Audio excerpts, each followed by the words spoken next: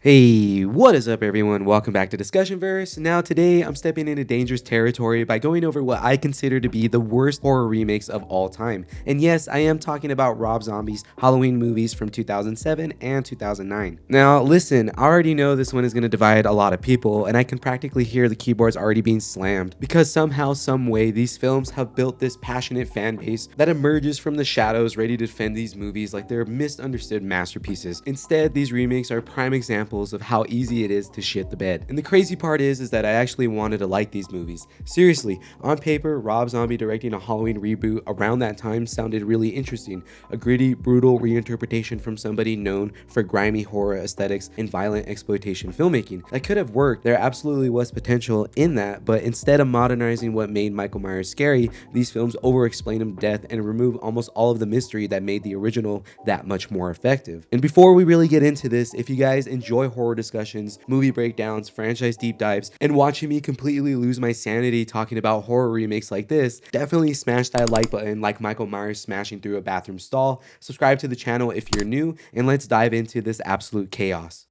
You know, to really understand why these remakes fail for me, we have to go back to the original 1978 Halloween from John Carpenter, because that movie did something genius with Michael Myers that so many later sequels and reboots struggle to understand. Michael wasn't terrifying because he had this elaborate tragic backstory. There was no supernatural or mystical element to him. He was scary because he felt unknowable. And the opening of Carpenter's film is still one of the most effective introductions to a slasher villain ever made. Young Michael murders his sister in what appears to be a fairly ordinary suburban environment. His family does not look monstrous whatsoever. The neighborhood isn't some exaggerated nightmare environment. It feels normal, and that normalcy is exactly what makes the violence so disturbing. Evil just appears. There is no giant warning sign that's going to be telling you that this child was destined to become a killer. The ambiguity is everything. And to that point, Dr. Loomis spends the film describing Michael almost less like a person and more like an absence of humanity itself. Pure evil, the shape. There's a reason why Michael Myers is referred to this. It's because he's a presence, and Carpenter understood that fears grows in the unknown. The less you fully understand Michael Myers, the more unsettling he becomes because your brain starts to fill in the blanks. I feel as though the eerie factor for that is much more prominent because there's that idea of not fully knowing why this happened in the first place. And Rob Zombie's remake immediately goes in the exact opposite direction. Instead of preserving that mystery, the film dedicates a massive amount of time to explaining Michael's young childhood,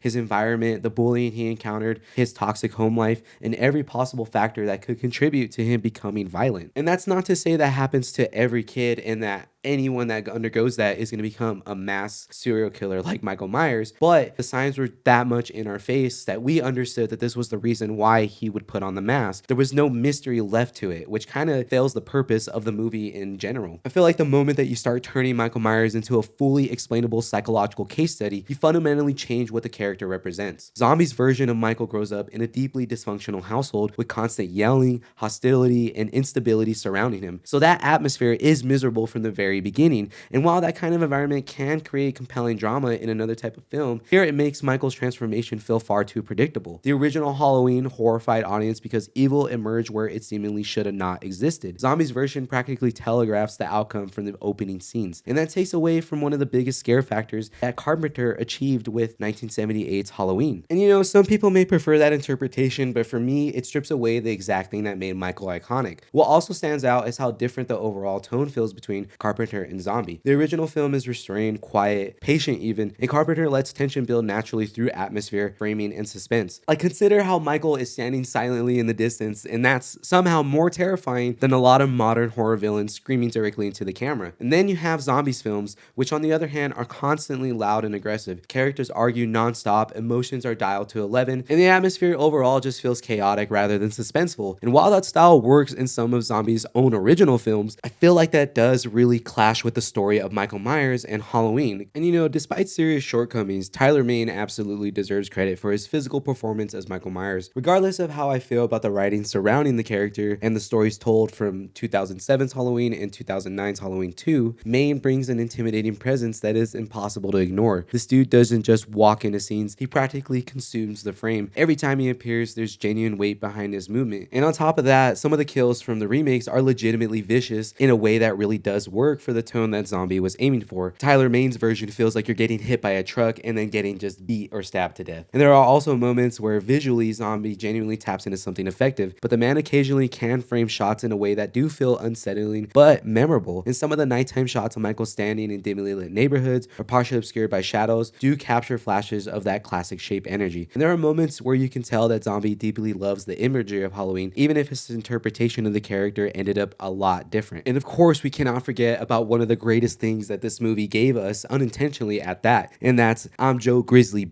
This man appears for what feels like 5 minutes and somehow became one of the most memorable characters in the entire remake universe off of a single line delivery alone. The confidence, the aggression, before immediately getting folded by him. And it's so iconic because you could literally say that line and somebody would know exactly what movie you're referring to. It's that good. And that's honestly one of the more exciting things about this film, because other than that, it still does fall flat. But yet somehow, Halloween 2 from 2009 doubles down on every creative decision that already divided audience. And this sequel to the remake genuinely feels like Rob Zombie looked at the criticism from the first film and responded by saying, cool, now let's make it even weirder and even more detached. And it's very much an all style and no substance type film, which fails to feel terrifying again and ends up just being a nothing burger of a sequel. And what makes this all the more frustrating is that buried deep underneath these movies are genuinely interesting concepts. Exploring Laurie's trauma, great idea. Showing how violence leaves permanent emotional scars, also a great idea. But the execution constantly overwhelms those ideas with excessive chaos, over-explaining, and inconsistent tonal decisions that drift further and further away from what made Halloween really work. And it's already well known that the Halloween movie franchise continuity is one of the most confusing things in horror, because after Carpenter's first 2 films, the series splintered into multiple timelines. Halloween 3 Season of the Witch tried abandoning Michael entirely, which did not bode well initially, but since then it has gained a cult following. Later sequels introduced cult mythology, family revelations, and enough retcons to make your head spin. By the time Halloween Resurrection was released, the franchise was in a rough shape creatively and the studio wanted a fresh start. And dare I say, Halloween Resurrection might actually just be that much better than the Rob Zombie versions. Ultimately, this is how Rob Zombie got the keys to the franchise, because it was in a rough shape creatively and to be commercially successful for a new generation. And financially, to be fair, it made serious money and drew huge attention at the box office. But creatively, this is where the divide really exploded amongst fans, including myself,